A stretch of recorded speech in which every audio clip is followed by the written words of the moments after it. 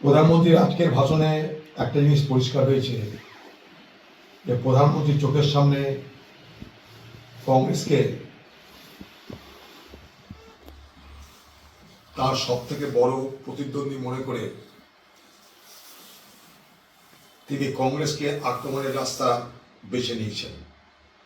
অর্থাৎ তিনি বুঝতে পারছেন ভারতবর্ষের ক্ষমতা থেকে মোদীকে উৎখাত করতে সব থেকে বড় শক্তির নাম কংগ্রেস, তাই কংগ্রেসকে আক্রমণ করো।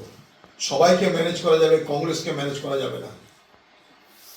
তাই কংগ্রেসের প্রতি আক্রমণ সানিয়ে প্রধানমন্ত্রী প্রমাণ করে দিলেন যে কংগ্রেস তার প্রধান প্রতিপক্ষ। আমি মনে করি এটা আমাদের জন্য ভালো বার্তা নিয়ে এলো। এবার যে পরিবারের কথা বলতে চাইছেন, জওহরলাল নেহরুর যোগ্যতা কি ছিল না দেশের মানুষ বিচার করবে? ইন্দিরা গান্ধীর যোগ্যতা ছিল না দেশের মানুষ বিচার করবে? তিনি একই মুখে দুই রকম কথা বলছেন। একবার বলছেন একটা পরিবারে অনেকে রাজনীতি করতে পারে, অন্য পরিবার করতে পারে রাজনীতি, কিন্তু গান্ধী পরিবার করতে পারবে না। তার জ্বলন এইখানটাতে। কংগ্রেস যে প্রকৃতপক্ষে মোদীর সমালোচনা করতে পারে, মোদীকে সঠিক জায়গায় আঘাত করতে পারে, মোদীর সঙ্গে প্রকৃত অর্থে প্রতিদ্বন্দ্বিতা করতে পারে, এই উপলব্ধির দ্বারা পরিচালিত হয়ে নরেন্দ্র মোদী আজ এইভাবে কংগ্রেসকে বেনজির আক্রমণ করলেন। যে জওহরলাল নেহরু কত বছর আগে মারা যায় তার ঠিক নেই। তাদের আমলে কি বক্তৃতা তিনি দিয়েছিলেন লালকেল্লা থেকে, সেই আমলের পরিস্থিতি, সেই আমলের পরিবেশ, সেই আমলের ভারতবর্ষের অর্থনীতি, সেইগুলোকে টেনে নিয়ে এসে তিনি নিজের ব্যর্থতা ঢাকতে চেষ্টা করছেন। এর থেকে দুর্ভাগ্যের আর কিছু হতে পারে না। এমন অশোভনীয় বক্তব্য একটা প্রধানমন্ত্রীর কাছে শুনবো আশা করতে পারিনি।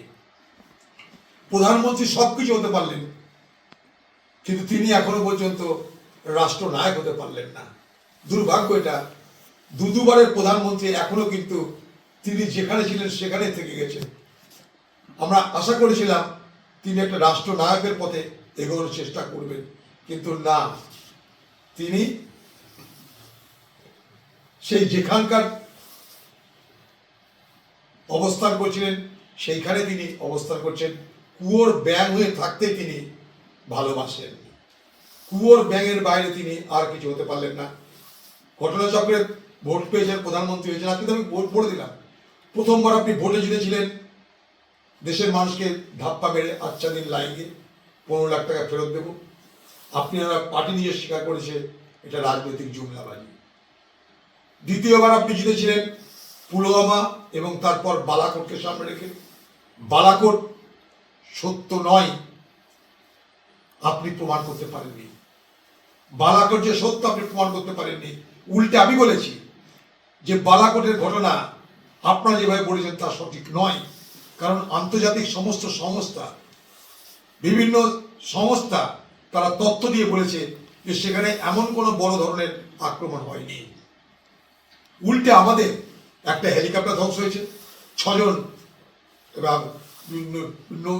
বিমান বাহিনীর ফৌজ মারা গেছে, একটা আমাদের MiG-21 ধ্বংস হয়েছে। পাকিস্তানের বালাকোটে আক্রমণ সত্যি কিনা আপনাকে আমি তার চ্যালেঞ্জ করছি, বলুন কি হয়েছিল সেদিন। তারা উত্তর দিতে পারেনি। অর্থাৎ দ্বিতীয়বারের ভোট বালাকোটকে সামনে রেখে মিসাইল ঢুকছে বালাকোটে, সারা দেশব্যাপী একটা উগ্র একটা হাওয়া তুলে, যে মোদী শক্তিমান, এই হাওয়া তুলে যে ভোটটা হয়েছিল সেটা সঠিক নয়, সেটা কিন্তু আমি বলার চেষ্টা করেছি, তার জবাব পাইনি। তৃতীয়বার মোদী আবার ভোটে নামছে, বিজেপি আবার ভোটে নামছে। এবার ভগবান রামকে তাদের নির্বাচনে পেটেন্ট করেছে, নির্বাচনের উপকরণ করে তারা ভোটে নামছে। 3টে কথা বলেছি। 2014 জুমলাবাজি, 2019-এর ঘটনা সত্য না অসত্য আদৌ আমরা জানি না। ভোট হয়ে গেছে, জিতে গেছেন, ঘটনা প্রমাণ করতে পারেননি যে তা সত্য। সেখানে যে প্রকৃত অর্থে সন্ত্রাসবাদীকে আপনি মেরেছিলেন তার কোনো প্রমাণ নেই, বরং উল্টো কথা বলছে আন্তর্জাতিক বিভিন্ন সংস্থা। তৃতীয়, আবার যখন হাতে কিছু নেই, প্রভু রামকে নির্বাচনী উপকরণ করে আবার ভোটে নামতে চলেছেন। জবাব পাওয়া যায়নি। প্রশ্ন করেছিলাম ভারতবর্ষের নিরাপত্তা কোথায়? আজকে মালদ্বীপ চীনের দখলে, শ্রীলঙ্কায় চীন নৌ ঘাঁটি করেছে, মায়ানমারে চীন নৌ ঘাঁটি করেছে, ইস্ট আফ্রিকার জিবুতিতে চীন নৌ ঘাঁটি করেছে, এদিকে গাদার নৌ ঘাঁটি। আমরা কোথায় যাব? আমরা ঘেরা পড়ে যাচ্ছি। চীন আমাদেরকে ঘিরে ফেলছে। কোথায় আপনার নিরাপত্তা দিচ্ছে? কোথায় ভাবছেন দেশ নিয়ে? লাদাখ থেকে আরম্ভ করে অরুণাচল, চীন 2000 স্কোয়ার কিলোমিটার এলাকা দখল করে রেখেছে। সেখানকার আমাদের জমিতে আমাদের দেশের লোকরা চাষ করতে পারছে না, পশুপালন করতে পারছে না, পশুদের জন্য ঘাস খাওয়াতে যেতে পারছে না। কোনো জবাব নেই, চুপ করে আছে। রাজনাথ সিং উঠে একবার বলবার চেষ্টা করলো, আমি আপনাকে চ্যালেঞ্জ করছি, বলুন আমার কথা, জবাব দিন আমার কথা। 20টা মিটিং হয়েছে আর্মির, 28টা মিটিং হয়েছে বিদেশ মন্ত্রকের, ফলাফল কি? অথচ আমরা সব পারি, চীনকে মোকাবেলা করতে আমরা পারি, কিন্তু আপনার হিম্মতে কুলাচ্ছে না। আমাদের ফৌজ পারে, আপনার হিম্মত পাচ্ছে না। বলেছি তো, আজকে প্রধানমন্ত্রীর যে ভাষণ, সেই ভাষণ একদম একঘেয়েমি এবং প্রধানমন্ত্রী সুলভ নয়। সর্বাত্মক আক্রমণ কংগ্রেসে করার মধ্য দিয়ে তিনি তার রাজনৈতিক দেউলিয়াপনা প্রমাণ করেছেন। ক্ষমতায় থেকেও তিনি রাজনৈতিকভাবে আদর্শগতভাবে দেউলিয়াপনায় ভুগছেন। আজকে তার ভাষণ তার সব থেকে বড় উদাহরণ।